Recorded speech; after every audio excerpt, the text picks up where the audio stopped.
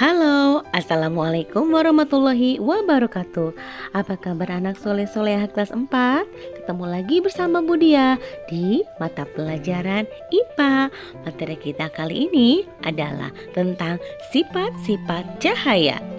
Adapun tujuan pembelajaran kita kali ini adalah menerapkan sifat-sifat cahaya dan keterkaitannya dengan indera penglihatan. Sebelumnya sudah tahu belum apa arti cahaya? Ya, cahaya adalah bentuk energi yang dapat kita lihat dengan mata. Cahaya itu berasal dari sumber cahaya. Contoh sumber cahaya diantaranya adalah matahari, lampu, api, senter, kunang-kunang, ikan lentera, dan lain-lain.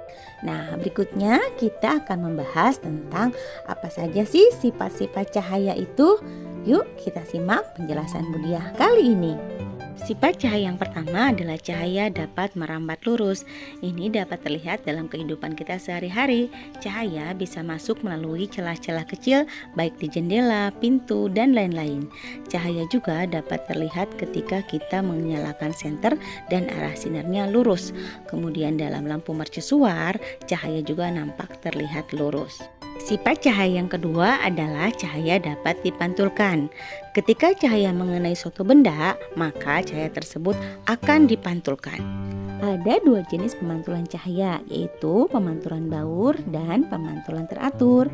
Pada pemantulan baur contohnya adalah cahaya yang memantul melalui tembok, batu, ataupun tanah. Sedangkan pada pemantulan teratur terjadi pada saat kita bercermin. Cahaya terpantul sempurna ketika kita bercermin.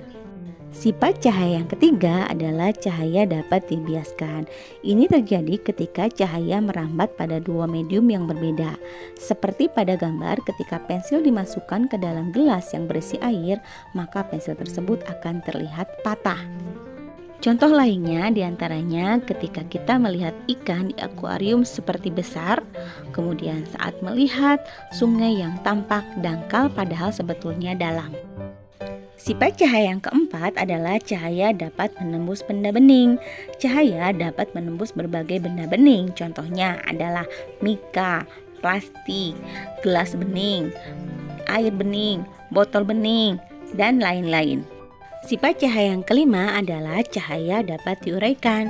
Contoh yang paling sederhana adalah saat kita melihat pelangi, itu adalah bukti bahwa cahaya dapat diuraikan. Kemudian saat melihat gelembung sabun yang berwarna-warni dan apabila cakram warna diputarkan, maka warnanya akan berubah menjadi putih. Demikian materi kita kali ini. Sampai ketemu lagi minggu depan di materi praktik sifat cahaya. Wassalamualaikum warahmatullahi wabarakatuh.